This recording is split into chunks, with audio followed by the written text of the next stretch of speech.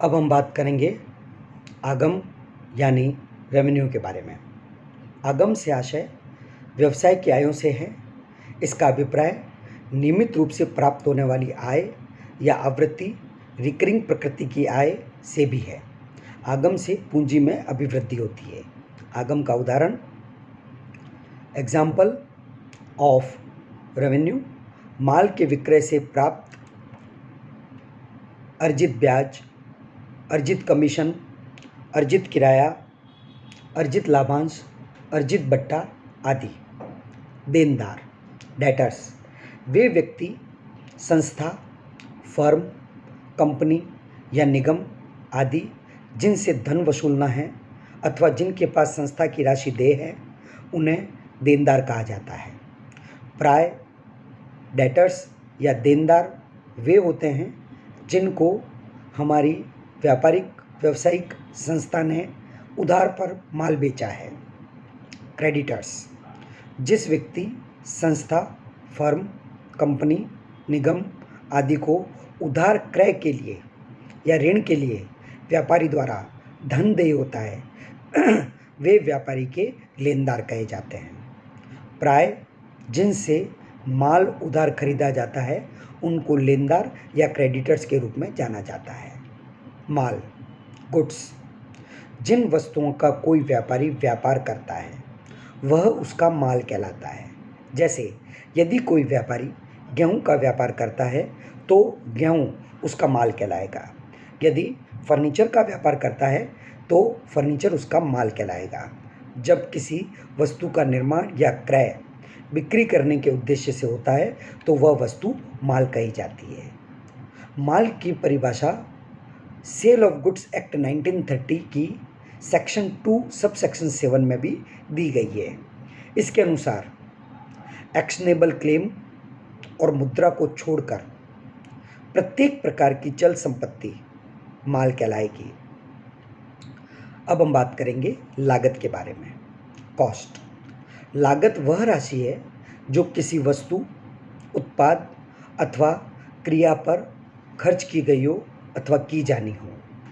अन्य शब्दों में लागत को हम किसी वस्तु को, उत्पाद को, सेवा को प्राप्त करने के लिए व्यय करते हैं, निवेश करते हैं। नेक्स्ट, रहतिया, स्कंद, स्टॉक, किसी विशिष्ट तिथि को, किसी विशेष दिनांक को बिना उपयोग में लाया हुआ, बिना बिका हुआ जो शेष रह गया हो वो माल, स्पेयर एवं अन्य मदें व्यावसायिक संस्था के पास जो हैं उसे रहतिया, स्कंद या स्टॉक कहलाता है। स्टॉक को लेखांकन अवधि के पॉइंट ऑफ व्यू से दो वर्गों में विभाजित किया जाता है। प्रारंभिक रहतिया, ओपनिंग स्टॉक, लेखांकन वर्ष के प्रारंभ में व्यवसाय के पास बिना बिका हुआ माल के मूल्य को प्रारंभिक स्टॉक कहा जाता है। अंतिम रहतिया, क्लोजिंग स्टॉक, लेखांकन वर्ष के अंत में व्यावसायिक उपक्रम के पास जो बिना बिका हुआ माल है उसके मूल्य को अंतिम रहतिया कहा जाता है। यहाँ पर यह ध्यान देने योग्य बात है कि जो किसी वर्ष का क्लोजिंग स्टॉक होता है वही स्टॉक उसके आने वाले वर्ष का ओपनिंग स्टॉक बन जाता है। उदाहरण के लिए 2019 के अंत में किसी व्यापारी के पास में 50,000 रुपये का अंतिम रहतिया है तो स्वमेव 2020 के प्रारंभ में उसके पास में 50,000 रुपये का प्रारंभिक रहतिया होगा। इन्वेंट्री, व्यवसाय के सामान्य कामकाज के दौरान विक्रय हेतु रखी गई मूर्त संपत्ति अथवा ऐसे विक्रय के लिए उत्पादन की प्रक्रिया में रखी गई संपत्तियां, पूर्ति संधारण एवं उपभोगजन्य माल को मशीन स्पेयर को छोड़कर इन्वेंट्री कहा जाता है। इस प्रकार यह माल की एक सूची है। जीवित स्टॉक, पशुधन, लाइव स्टॉक, व्यापार में जो पशु, घोड़े, बैल आदि संपत्ति की तरह प्रयोग किए जाते हैं उन्हें लाइव स्टॉक या पशुधन या जीवित स्टॉक कहा जाता है। प्राय कृषि आधारित एवं डेयरी व्यापारी में ये स्टॉक के रूप में सम्मिलित होते हैं।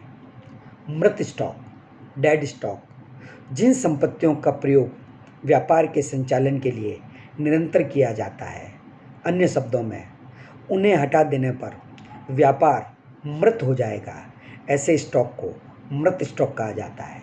उदाहरण के लिए मशीनरी, फर्नीचर आदि। अब हम बात करेंगे परचेजेस यानी क्रय के बारे में। व्यापारी जिस माल से व्यापार करता है उसके खरीदने को क्रय कहा जाता है। क्रय यदि नगद किया जाए तो वह नगद क्रय यानी कैश परचेज, और यदि उधार किया जाए तो वह क्रेडिट परचेज कहलाएगी।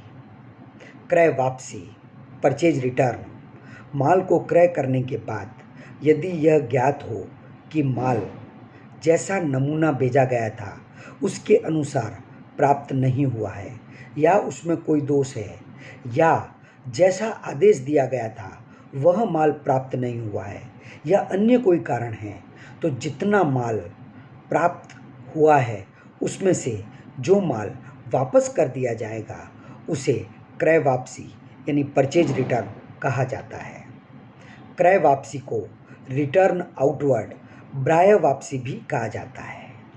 विक्रय, व्यापारी जिस माल में व्यापार करता है उसकी बिक्री को विक्रय कहा जाता है। यदि नगद बिक्री होती है तो कैश सेल नगद विक्रय, और उधार बिक्री होती है तो उधार विक्रय यानी क्रेडिट सेल कहलाती है। सेल ऑफ गुड्स एक्ट 1930 की सेक्शन 4 में बिक्री को एक अनुबंध के रूप में परिभाषित किया गया है, जिसके अनुसार विक्रेता एक निश्चित मूल्य के लिए अपने माल का स्वामित्व क्रेता को हस्तांतरित करता है। बिक्री शर्त रहित या शर्त सहित हो सकती है।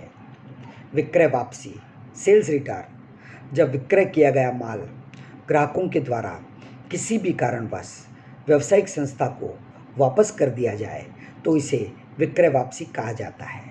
विक्रय वापसी का कारण गलत माल बेच देना, खराब माल बेच देना, आदेशानुसार माल न भेजना आदि हो सकता है। अब हम बात करेंगे शुद्ध क्रय के बारे में। Net purchase is equal to, इसको समीकरण के रूप में बताया जा सकता है परचेज माइनस परचेज रिटर्न। इसी प्रकार हम शुद्ध विक्रय के बारे में बात करेंगे। Net sales is equal to sales minus sales return. लाभ, प्रॉफिट, सामान्यतः व्यय या संबंधित लागत से आगम की अधिकता को लाभ कहा जाता है। यानी यदि आगम अधिक है और व्यय कम है तो लाभ होगा। यदि आगम से व्यय की अधिकता हो जाए तो इसे हानि कहा जाता है। लाभों को किसी भी व्यावसायिक संस्था का प्रमुख उद्देश्य कहा जा सकता है। यानी कोई भी व्यापारिक संस्था लाभ कमाने के उद्देश्य के लिए ही स्थापित की जाती है। हानियाँ, लॉसेस, हानियों का प्रयोग कई अर्थों में किया जा सकता है, जैसे आगम या आय से व्यय की अधिकता को हानि कहा जाता है। उदाहरण के लिए विभिन्न स्रोतों से आगम प्राप्त हुआ है 2 लाख रुपए का और व्यय हुआ है 2,50,000 रुपये का, तो ऐसी स्थिति में दोनों के अंतर को यानी 50,000 रुपये को हानि कहा जाएगा। हानियाँ पूंजी को घटाती है, अतः आनुषंगिक लेन देन में पूंजी में होने वाली कमी को भी हानि के रूप में परिभाषित किया जा सकता है। बिना किसी प्रतिफल के मुद्रा या मुद्रा मूल्य के तुल्य त्याग को भी हानि कहा जाता है। यह त्याग स्वाभाविक हो सकता है, स्वैच्छिक हो सकता है या आकस्मिक हो सकता है। उदाहरण के लिए चोरी के कारण रोकड़ या माल की हानि, आग लगने से माल की हानि, संपत्ति की हानि, दूसरों को क्षतिपूर्ति हेतु किया गया भुगतान या अपने हाथों से दिया गया दान आदि। हानियों के प्रकार, हानियाँ प्रमुख रूप से 2 प्रकार की होती है, संचालन हानियाँ ऑपरेटिंग लॉसेज और गैर संचालन हानियाँ नॉन ऑपरेटिंग लॉसेज। हानियाँ सामान्य हानियाँ या असामान्य हानियाँ भी हो सकती है। व्यापार की सामान्य प्रक्रिया में होने वाली समस्त हानियों को सामान्य हानियाँ कहा जाता है और ऐसी हानियाँ जो सामान्य नहीं हैं, आकस्मिक परिस्थितियों के कारण उत्पन्न हुई है, प्राकृतिक परिस्थितियों के कारण उत्पन्न हुई है, उन्हें असामान्य हानियाँ कहा जाएगा। उदाहरण के लिए, एक गेहूं का आटा बनाकर बेचने वाली किसी भी व्यावसायिक संस्था के लिए जब 100 किलो गेहूं को पीसकर आटा तैयार किया गया तो आटा अगर 99.5 केजी प्राप्त हुआ तो यह 0.5 केजी का लॉस सामान्य लॉस होगा, क्योंकि पिसाई के दौरान कुछ आटा उड़ जाता है। लेकिन यदि उसी व्यवसाय में 5 बोरियां गेहूं की चोरी हो जाती है तो चोरी होना सामान्य नहीं है, अतः इसे असामान्य हानि के रूप में जाना जाएगा। नेक्स्ट, अर्जन, गेन।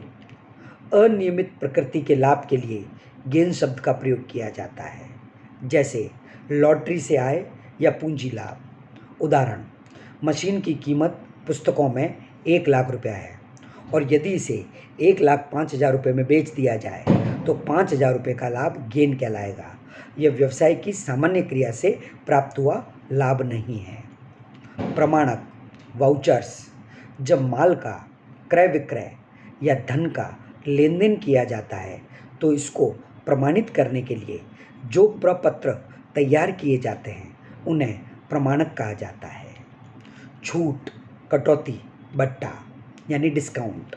कभी कभी व्यापारी अपने ग्राहकों से वस्तु का पूरा मूल्य न लेकर कुछ मूल्य छोड़ देते हैं, अर्थात माल के मूल्य में कुछ रियायत, कंसेशन देते हैं। अतः जितना कम मूल्य लेते हैं उसे कटौती कहा जाता है।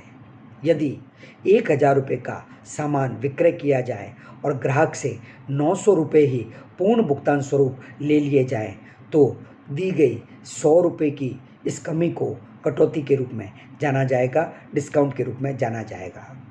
डिस्काउंट को 3 भागों में विभाजित किया जा सकता है। व्यापारिक कटौती, ट्रेड डिस्काउंट। यह कटौती मूल्य की सूची में लिखी जाती है और यह उन सभी ग्राहकों को दी जाती है जो एक सी वस्तु में व्यवसाय करते हैं। इस कटौती का उद्देश्य केवल इतना ही होता है कि ग्राहक बढ़ जाए। जिस व्यवहार में व्यापारिक छूट होती है उसका लेखा व्यापारिक छूट घटाने के बाद किया जाता है। उदाहरण के लिए, यदि एक व्यापारी ने 15% डिस्काउंट की घोषणा की, किसी विशिष्ट दिन उसने 1 लाख रुपये मूल्य का माल बेचा और उसमें से उसने 15% का डिस्काउंट घटाकर सभी ग्राहकों से 85,000 रुपये प्राप्त किए। पुस्तकों में बिक्री 85,000 रुपये पर ही रिकॉर्ड की जाएगी। विशेष कटौती। कुछ व्यवसायियों द्वारा यह कटौती केवल उन्हीं ग्राहकों को दी जाती है जो कि स्थायी ग्राहक बन जाते हैं। इसका उद्देश्य ग्राहक को स्थायी ग्राहक बनाने का होता है। इस तरह की कटौती ने व्यापार को काफ़ी लाभ पहुंचाया हुआ होता है, परंतु बहुधा यह कटौती नए व्यक्तियों को नहीं दी जाती है।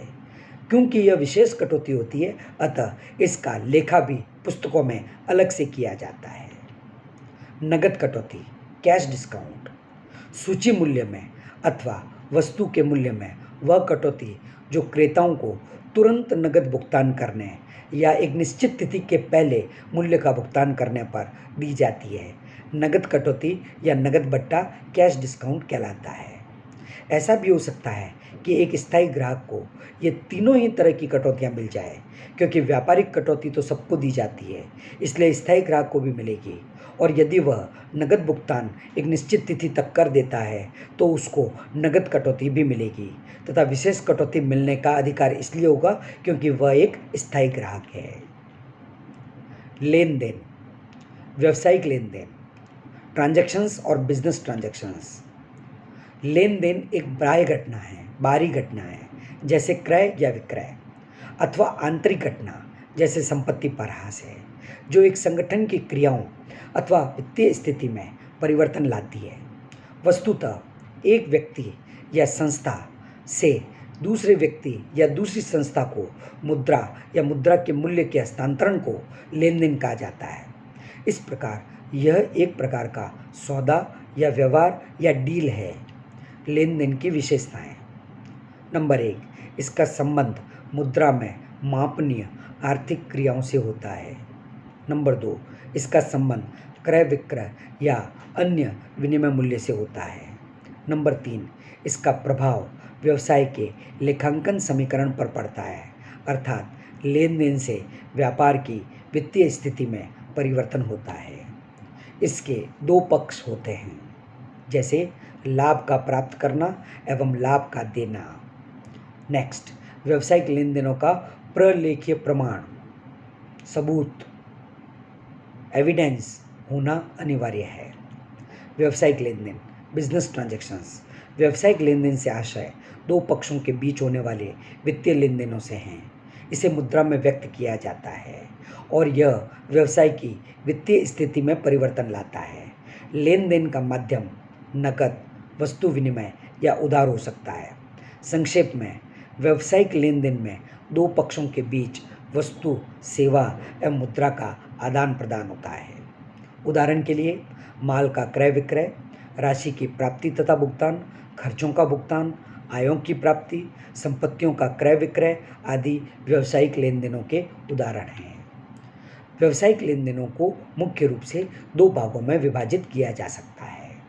बाहरी लेन देन, एक्सटर्नल ट्रांजैक्शंस, आंतरिक लेन देन, इंटरनल ट्रांजैक्शंस। पहले हम बात करेंगे बाहरी लेन देनों के बारे में। 2 व्यावसायिक इकाइयों या 2 पक्षों के मध्य होने वाले लेन देन को बाहरी लेन देन कहते हैं। उदाहरण के लिए, माल का क्रय करना, माल का विक्रय करना, संपत्ति खरीदना आदि। आंतरिक लेन देन, इंटरनल ट्रांजैक्शंस, वह लेन देन जो पूर्णतः एक व्यावसायिक फर्म के अंदर ही होते हैं, उन्हें आंतरिक लेन देन कहा जाता है। इसमें कोई भी व्यक्ति दूसरा पक्षकार नहीं होता। उदाहरण के लिए, मशीन पर या किसी स्थायी संपत्ति पर हाथ लगाना। लेन देन को एक और प्रकार से भी वर्गीकृत किया जाता है, जिन्हें नगद लेन देन और उधार लेन देन के नाम से जानते हैं। नगद लेन देन का अर्थ होता है उस व्यावसायिक लेन देन से जिसमें तुरंत नगद भुगतान किया जाता है अथवा नगद भुगतान प्राप्त किया जाता है। उदाहरण के लिए, रोकड़ विक्रय, रोकड़ क्रय। उधार लेन देन, जब किसी लेन देन में तुरंत नगद भुगतान नहीं किया जाता और भविष्य में भुगतान करने का वादा किया जाता है तो उसे उधार लेन देन कहा जाता है। उदाहरण के लिए, उधार क्रय और उधार विक्रय।